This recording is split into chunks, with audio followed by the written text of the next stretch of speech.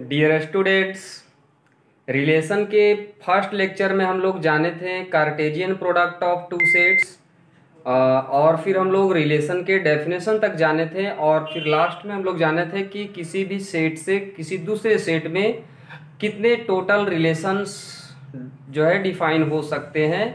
तो आज हम लोग इस लेक्चर में जानेंगे उसके टाइप्स के बारे में, मतलब टाइप्स ऑफ रिलेशन जानेंगे, जिसमें इम्पटी रिलेशन और यूनिवर्सल रिलेशन के बारे में जानेंगे। और फिर इसके तुरंत बाद फिर हम लोग जो है domain of relation, range of relation, इन सभी बातों को जानेंगे और इसके बाद फिर जानेंगे इनवर्स ऑफ ए रिलेशन। ठीक है, तो चलिए वन बाय वन हम लोग इन सारे टॉपिक्स को स्टडी करते हैं। फर्स्ट हेडिंग देंगे हम लोग टाइप्स ऑफ रिलेशन में, types of relation.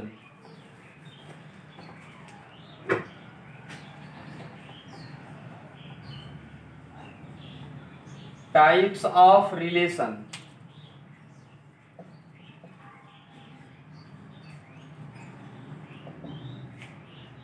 First empty relation.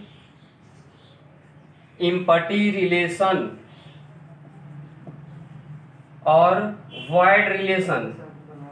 Void relation. Empty relation भी बोल सकते हैं, आप वॉइड रिलेशन बोल सकते हैं, दोनों में से कुछ भी बोल सकते हैं। ठीक है, तो देखिए इसका क्या डेफिनेशन होता है। Let A and B, let A and B be any two sets, then let A and B be any two sets, then a relation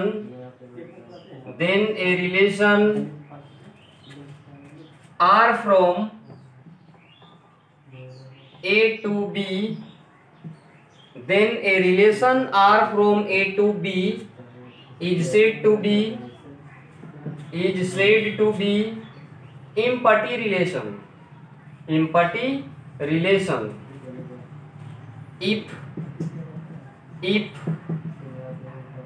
if no any element of set A related to any element of set B. If no any element of set A is related to any element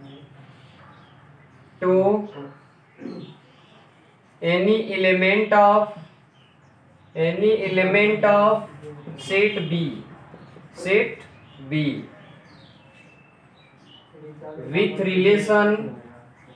with relation R is called, नहीं ये तो लिख दिया ना, is said to be empty relation if no any element of set A is related to any element of set B with relation R. मतलब set A और set B दो relations हैं, सॉरी दो सेट्स हैं और are एक relation है जो सेट ए से सेट बी में डिफाइन होता है। तो उस रिलेशन को हम लोग इम्पटी रिलेशन कहते हैं। कब कहते हैं?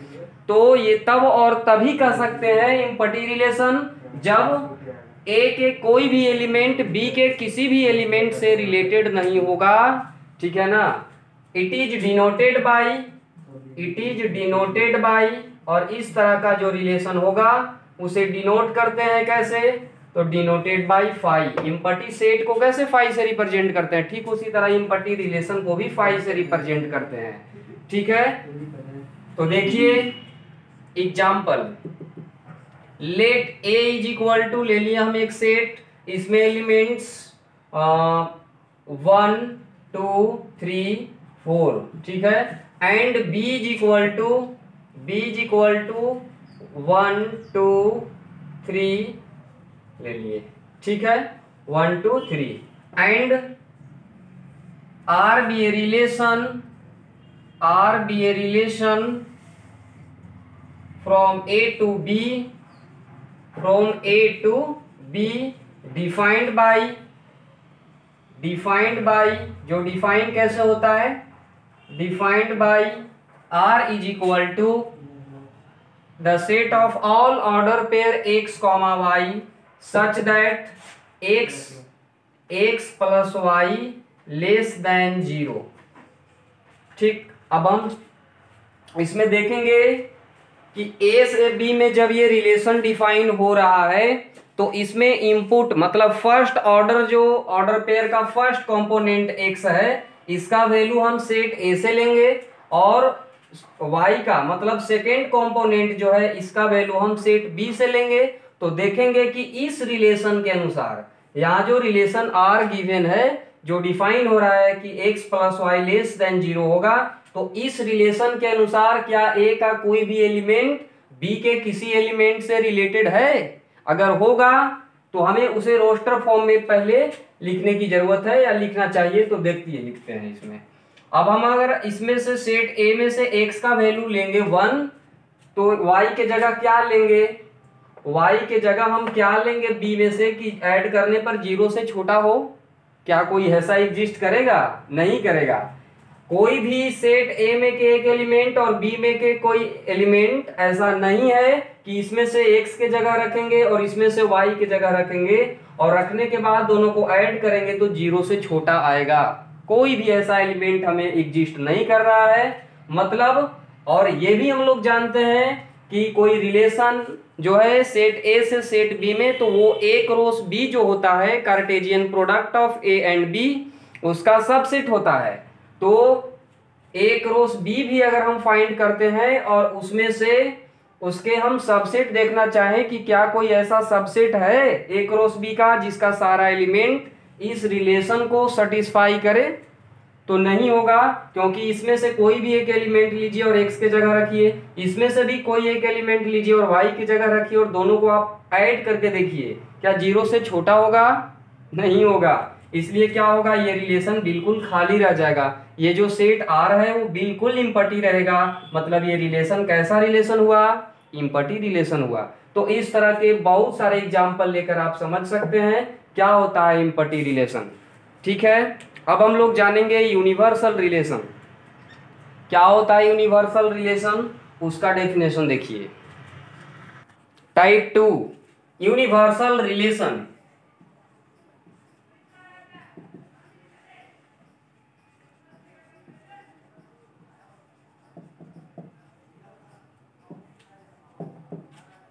A relation R from A to B is said to be universal relation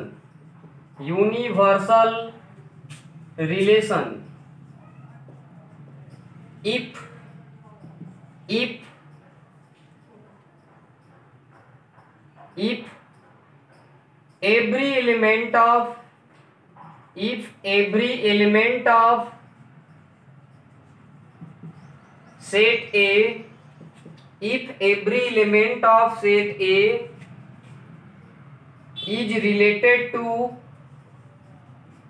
is related to all elements of set B, all elements of set B। जब किसी रिलेशन R के अनुसार अगर वो रिलेशन A से B में define होता है तो A का एवरी एलिमेंट B के ऑल एलिमेंट्स से रिलेटेड हो, तो उस तरह का जो रिलेशन होगा वो क्या कहलाता है? यूनिवर्सल रिलेशन कहलाता है। तो ये relation R from A to B is said to be universal relation if every element of set A is related to all elements of set B।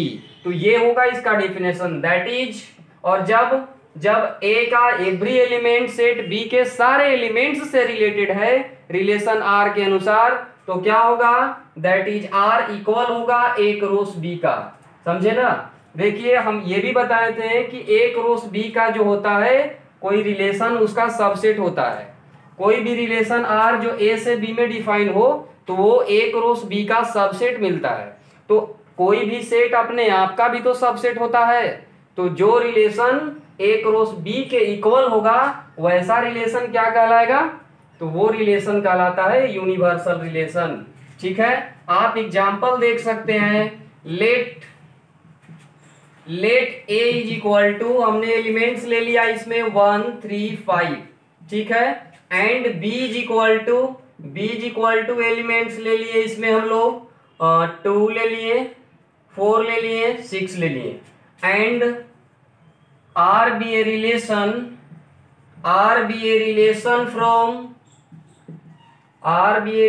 From A to B. A से B में are एक हमने relation ले लिया, और वो कैसे define हो रहा है, तो डिफाइंड इस तरह से हो रहा है, R is equal to the set of all x comma y such that x into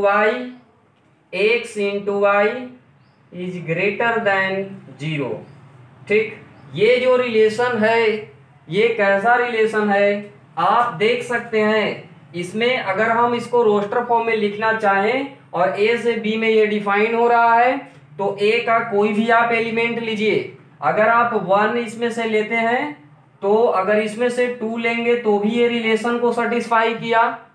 ठीक, अगर इसमें से हम 1 लिए हैं, इसमें 4 लेंगे तो भी होगा। 1 इंटू 4 कीजिए, जब 1 इंटू 4 करेंगे तो क्या होगा, 1 इंटू 4 करने पर क्या होगा, 4, जो कि 0 से बड़ा है। हमें दोनों का मतलब फर्स्ट और सेकेंड कंपोनेंट का प्रोडक्ट 0 से ग्रेटर आना चाहिए, जो कि ऑलवेज यहाँ पॉसिबल है। अगर हम यहाँ पर 1 6 लेते हैं तो भी ट्रू होगा, 3 2 लेंगे तो भी ट्रू होगा, 3 4 लेंगे तो भी ट्रू होगा, 3 6 भी होगा, और क्या होगा, 5 2 होगा, 5 4 होगा, और 5 6 भी होगा। तो इस तरह से हम लोग देखते हैं कि इसमें ए क्रॉस बी पूरा एलिमेंट आ गया। ए क्रॉस बी का जितना भी एलिमेंट्स है सब यहाँ रिलेशन आर निकाले उसमें आ गया। इसका मतलब ये रिलेशन कैसा रिलेशन हुआ, ये जो रिलेशन आर है ए से बी में, वो रिलेशन यूनिवर्सल रिलेशन है। क्यों, क्योंकि here we see that every element of set A is related to all elements of set B. A का प्रत्येक एलिमेंट जो है वो बी के सारे एलिमेंट्स से रिलेटेड है, इसलिए क्या होगा, आर ए क्रॉस बी के इक्वल होगा। और देखिए, इसलिए हम लोग कह सकते हैं कि R is universal relation. R कैसा रिलेशन है, यूनिवर्सल रिलेशन है ना। तो इस तरह से हम लोग यूनिवर्सल रिलेशन को भी समझ गए। चलिए अब हम लोग जानेंगे डोमेन और रेंज के बारे में। किसी भी रिलेशन का डोमेन क्या होता है, रेंज क्या होता है, इस टॉपिक को भी समझिए।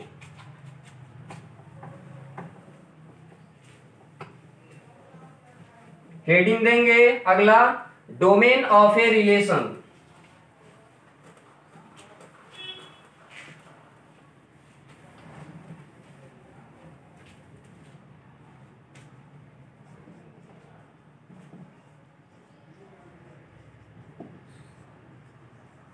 Domain of a relation,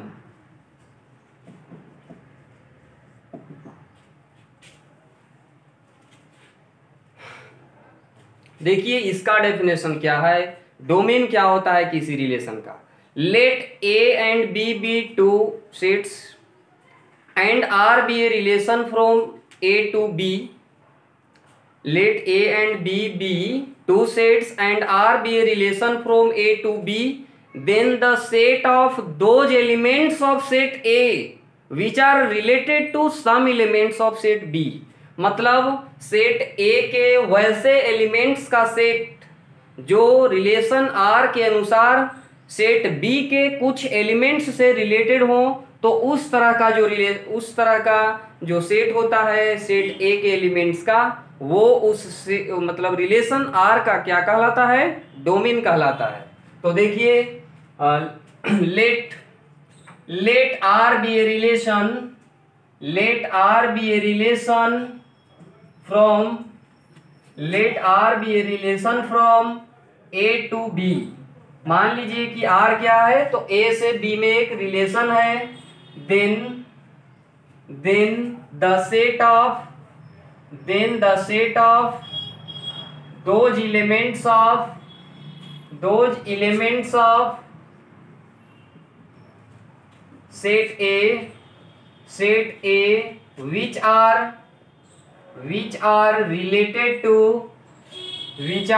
related to some elements of set B, some elements of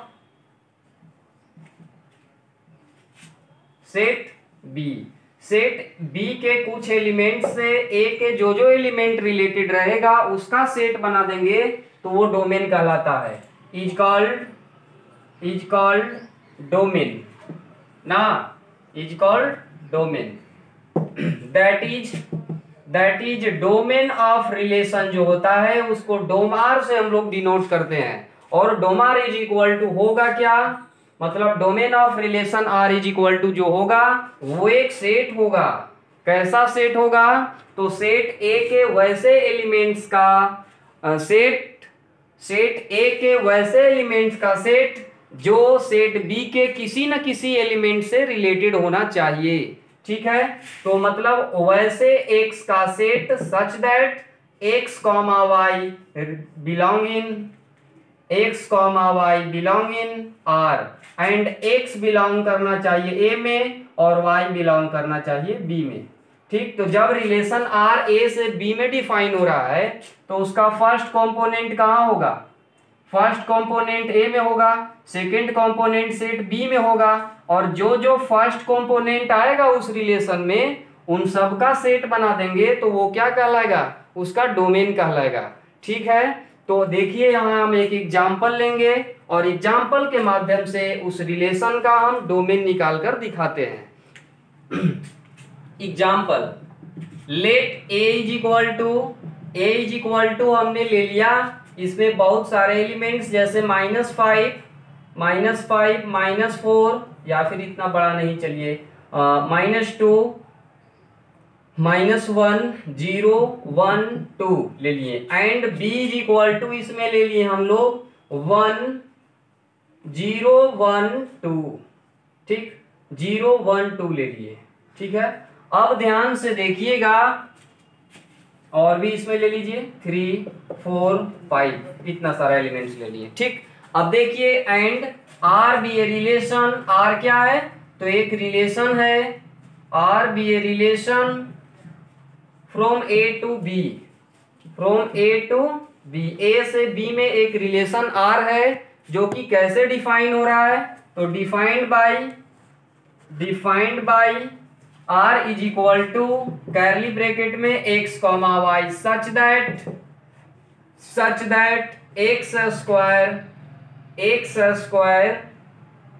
plus 1 x square plus 2 is equal to y, चलिए ये हुआ, ठीक। तो बस ध्यान से देखते रहिए, हम इसका हम रोस्टर फॉर्म फाइंड करना चाहते हैं, रिलेशन का। हमें फर्स्ट कंपोनेंट कहाँ से लेना है, सेट ए से लेना है, क्योंकि ए से बी में डिफाइन हो रहा है। तो हमें जो ऑर्डर पेयर हम इस रिलेशन आर में रखेंगे उसका फर्स्ट कंपोनेंट सेट ए से लेंगे और सेकंड कंपोनेंट सेट बी में ढूंढेंगे। बस ध्यान से देखिए, अगर हम x के जगह -2 लेते हैं तो y का वैल्यू क्या मिलेगा, अगर हम x का वैल्यू -2 लेते हैं तो y का वैल्यू मिलेगा कितना, यहाँ पर 4 और ये 2 तो 6 हो जाएगा ना, हाँ तो 6, क्या इसमें 6 है, नहीं है, इसलिए -2 किसी से रिलेटेड नहीं है। -1 देखिए, जब आप -1 यहाँ रखेंगे तो हो जाएगा कितना 1, -1 का स्क्वायर कीजिए, ये हो जाएगा 1 और +2, तो 1 + 2 कितना 3 हो जाएगा, तो 3 इसमें है, वेरी गुड है। इसलिए क्या होगा, अगर -1 हम यहाँ रखें तो यहाँ 3 रखना पड़ेगा इसमें से, मतलब -1 3 से रिलेटेड है। और देखिए अगर इसमें से 0 लीजिएगा तो यहाँ 0 रखेंगे तो 0 + 2 2, मतलब y का वैल्यू 2, मतलब इसमें से 0 लेंगे तो उसमें 2 मिलेगा। और देखिए इसमें से अगर आप 1 लीजिएगा तो 1 लीजिएगा ना तो भी 3 मिलेगा। देखिए 1 का स्क्वायर 1 और 1 + 2 कितना हो जाएगा, 1 + 2 3, तो y का वैल्यू 3, मतलब 1 किससे रिलेटेड है, 3 से रिलेटेड है। अगर आप 2 रखिएगा ना, तो 2 रखने से देखिए किसी से ये उसमें रिलेटेड नहीं है, क्योंकि 2 रखेंगे तो 2 2 जब 4 और 2 6 मिलेगा, तो इसमें 6 है कहीं नहीं है, इसलिए क्या हो जाएगा, ये किसी से रिलेटेड 2 नहीं होगा। तो हमारा आर का रोस्टर फॉर्म इतना मिला। अब ध्यान से देखिए, हम डोमेन का डेफिनेशन दे रहे थे उस समय बताएं इसमें कि जो भी आप रिलेशन फाइंड कीजिएगा तो उसमें डोमेन वैसे एलिमेंट्स का सेट होगा जो सेट ए का तो होगा, जो सेट ए का तो होगा, बट उस सारे एलिमेंट्स मतलब वैसे एलिमेंट्स होगा जो सेट बी में किसी न किसी से रिलेटेड होगा।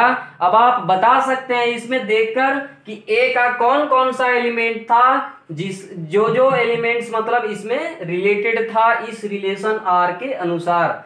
हमें यहां पर लिखा हुआ है -1 3 0 2 1 3। अब देखिए फर्स्ट कंपोनेंट कहां रहता है, सेट ए का है, क्योंकि ए से बी में रिलेशन था। अच्छा, तो सेट ए के हम लोग कुछ एलिमेंट्स देख रहे हैं, जैसे -1 0 1, ये सभी जो एलिमेंट्स हैं ये और ये तीनों का इमेज उसमें मिल रहा है, मतलब इसमें किसी न किसी से रिलेटेड है। इसका मतलब कि क्या होगा डोमेन, तो डोमेन में ये तीनों आ जाएगा, क्योंकि इन तीनों का जो है, इन तीनों का संबंध इसमें किसी न किसी से है। लेकिन -2 और 2 की अगर हम बात करें तो ये दोनों किसी से रिलेटेड नहीं है, इसलिए डोमेन में ये दोनों शामिल नहीं होगा। तो लिखेंगे यहां hence domain of relation R is equal to हो जाएगा कौन कौन सा, तो फर्स्ट कंपोनेंट का सेट लिख देते हैं। देखिए है ना कि अगर x, y के रूप में आर में सब है तो उसका शुरू वाला जो है ना, मतलब फर्स्ट कंपोनेंट जो है उन सबको आप डोमेन में लिख दीजिए। तो -1 होगा, 0 होगा, 1 होगा। समझ गए? Very good. चलिए, तो अब हम लोग जानेंगे रेंज के बारे में कि किसी भी रिलेशन का रेंज क्या होता है। ठीक, चलिए, हाँ, हम समझते हैं कि आप लोग को बहुत अच्छा से समझ में आ रहा होगा। और अब हम लोग जानेंगे रिलेशन का रेंज के बारे में, कैसे हम लोग रेंज डिफाइन करते हैं, कैसे रेंज फाइंड करते हैं, वो देखिए।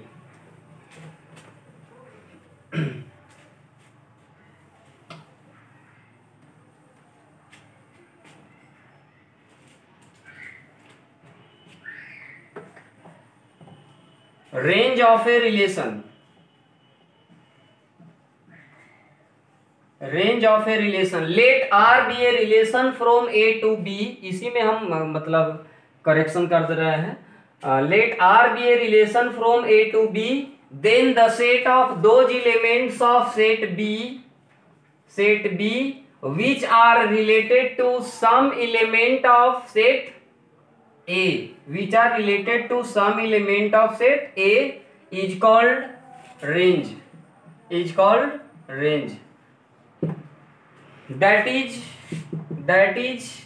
range of relation R is equal to the set of all y such that x, y related, x, y belong in R and x belong in A, y belong in B। देखिए, range का भी definition बिल्कुल easy है, बहुत आसान है। देखिए कैसे इसको डिफाइन करते हैं। मान लीजिए कि R कोई रिलेशन है, ठीक है, R क्या है, एक रिलेशन है जो सेट A से सेट B में डिफाइन हो रहा है।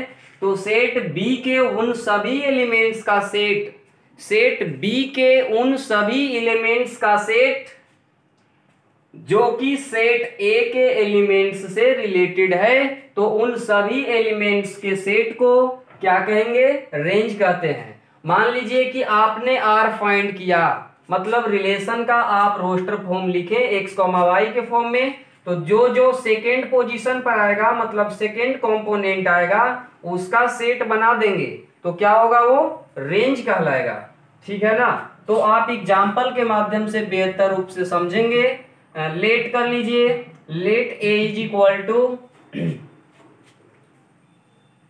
0 1 2 3 एंड b इज इक्वल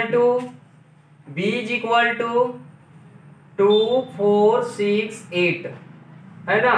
चलिए 2 4 6 8 and R be a relation R be a relation from A to B, R be a relation from A to B, A से B में एक relation are है जो डिफाइन कैसे होता है, तो defined by R is equal to the set of all order pair x comma y such that 2x is equal to y। ये है हमारा रिलेशन जो सेट ए से सेट बी में डिफाइन हो रहा है। अब देखिए आप r फाइंड कीजिए। जब आप r फाइंड करेंगे तो क्या क्या मिलेगा, r जब आप फाइंड करेंगे तो इसमें से 0 लीजिए तो y का वैल्यू भी 0 मिलेगा ना।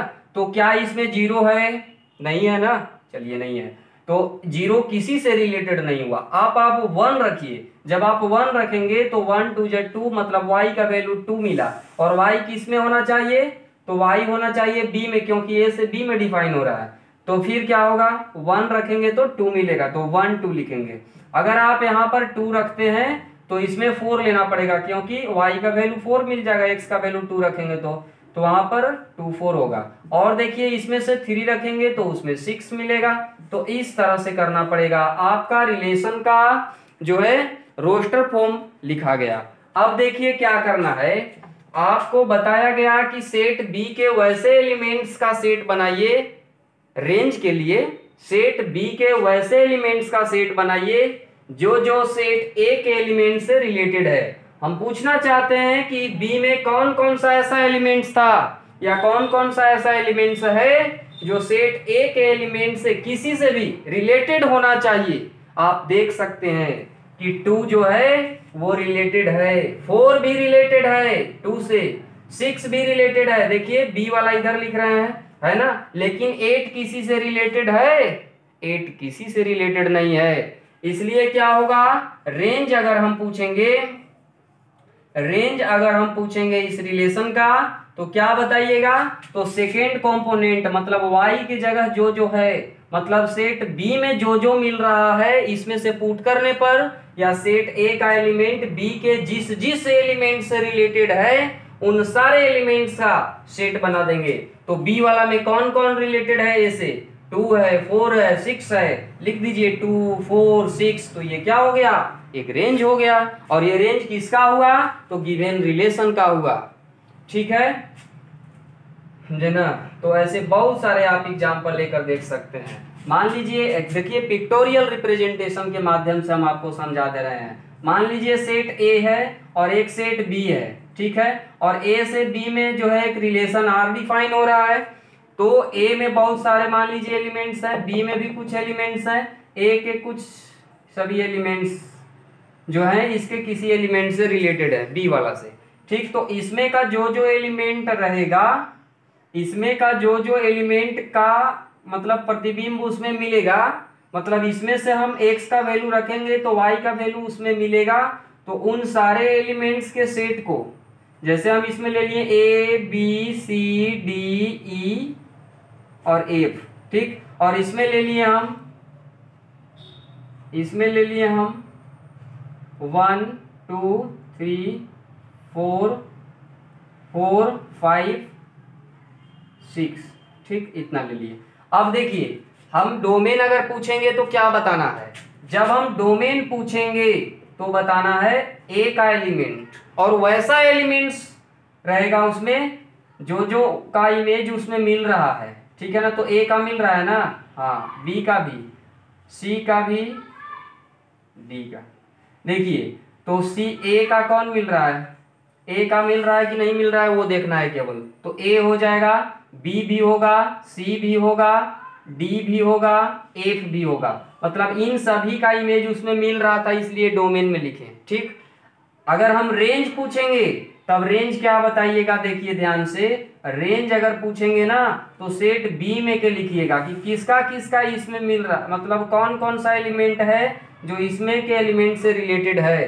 तो वो है 1 तो 1 लिखेंगे, वो है 3 तो 3 लिखेंगे, फिर 4 भी लिखेंगे, 5 भी और 6 भी। लेकिन 2 का मिल रहा है टू किसी से रिलेटेड नहीं ना है, इसलिए टू को इसमें नहीं रखेंगे। तो इस तरह से मतलब बहुत सिंपल सा ये मतलब टॉपिक है, लेकिन हाँ बहुत इंपॉर्टेंट टॉपिक है। डोमेन और रेंज आप अपने दिमाग में हमेशा इसे रखिएगा। और देखिए अब हम लोग जानेंगे इनवर्स ऑफ ए रिलेशन, एक टॉपिक उसके बारे में जानेंगे।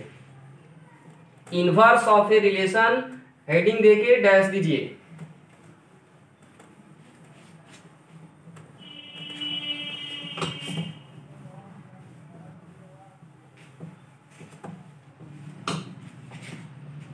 Inverse of a relation.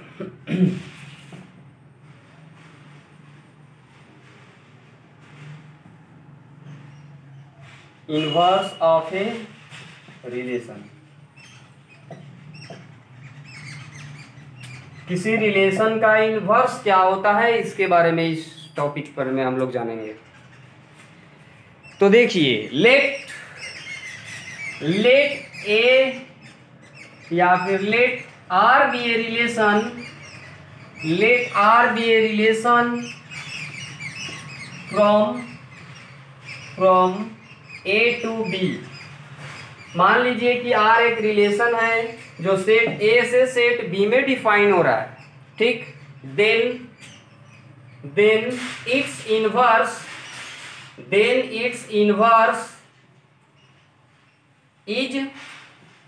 is denoted by, then its inverse is denoted by R inverse। अगर R A से B में एक रिलेशन है तो इसके इनवर्स को R इनवर्स से डिनोट करते हैं, ठीक है ना। एंड डिफाइंड बाय, और डिफाइंड कैसे करेंगे, and defined by R inverse is equal to the set of all order pair y comma x such that x comma y related to each other। मतलब x comma y belong in R where x belong in A and y belong in B। देखिए अगर R एक relation है set ए से set B में, तो उसमें सारा एलिमेंट कैसा होगा, उसमें जो भी एलिमेंट होगा वो x कॉमा वाई के रूप में होगा, और x बिलोंग करेगा ए से और y बिलोंग करेगा बी से, है ना। लेकिन R इनवर्स क्या होगा, तो R इनवर्स जो होगा बस b से a में कर देना है, b से a में डिफाइन कर देना है। देखिए y कॉमा एक्स मतलब r फाइंड करके और उसका ठीक कन्वर्स कर देना, सबको उल्टा कर देना है, समझे ना। मान लीजिए कि r एक रिलेशन है तो उसमें सब एलिमेंट तो रहता है x कॉमा वाई के रूप में, और इस तरह का रहता है कि फर्स्ट वाला मतलब x जो है बिलोंग करेगा a में और y बिलोंग करेगा b में। लेकिन r इनवर्स की अगर हम बात करेंगे तो वो जो होगा ना बस इसका उल्टा हो जाएगा, सब y कॉमा एक्स के रूप में रहेगा। लेकिन हाँ ऐसा नहीं कि y फिर a में बिलोंग करेगा और x b में करेगा, ऐसा नहीं है, क्योंकि उसका रिलेशन इनवर्स हो गया तो सेट वही वाला रहेगा, मतलब कंपोनेंट x जो है ना वो a में ही करेगा और y b में ही करेगा, लेकिन वो रिलेशन b से a में अब एक तरह से हुआ ना। इनवर्स वाला जो हुआ वो किससे किस में होगा, b से a में होगा, लेकिन रिलेशन r जो है a से b में है, ठीक। रिलेशन R A से B में है इसलिए इसका फर्स्ट कंपोनेंट A में और सेकंड कंपोनेंट B में है, लेकिन रिलेशन R इनवर्स जो है वो B से A में है, तभी तो देखिए शुरू वाला जो है मतलब फर्स्ट कंपोनेंट B में है और सेकंड कंपोनेंट इसका A में है, तो R इनवर्स B से A में डिफाइन हुआ, ठीक है ना। आइए ना एक एग्जांपल लेकर हम लोग R इनवर्स फाइंड करते हैं। देखिए लेट कर लेते हैं हम लोग एग्जाम्पल में, लेट कर लीजिए a इज इक्वल टू एक सेट ले लीजिए जिसमें 1 2 3 4 ले लिए, ठीक है। And b is equal to एक सेट ले लिए, इसमें ले लीजिए इसमें कुछ जैसे 1 2 3 4 5 6 7 8 9, है ना। तो ये सभी हमने एलिमेंट्स ले लिया। अब देखिए इसमें हम आपसे एक जो है रिलेशन देना चाहते हैं, and R be a relation from किससे किसमें, from A to B, A से B में R एक रिलेशन है, ठीक है। डिफाइंड बाई जो कैसे डिफाइन हो रहा है पता है, अभी दिए ही नहीं है तो पता कहां से है। Defined by R is equal to the set of all x comma y such that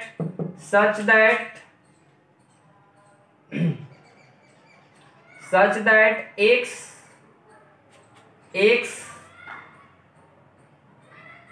का नहीं, x इज इक्वल टू ले लीजिए यहाँ पर, या फिर ले सकते हैं यहाँ x square is equal to ले लीजिए वाई, नहीं स्क्वायर वाला मत लीजिए, स्क्वायर ले लें, चलिए छोड़िए, 2x is equal to Y लेते हैं, 2x is equal to Y. अब देखिए r इज इक्वल टू क्या ले ले, इसमें से कौन कौन से लेंगे एलिमेंट्स, a में से लेंगे x के जगह और y के जगह b में से लेंगे। अगर आप a में से 1 रखते हैं तो b में क्या मिलेगा, 2 मिलेगा, क्योंकि देखिए y का वैल्यू क्या मिलेगा, इसका ट्वाइस x के जगह जो रखेंगे उसका दोगुना y के मिलेगा।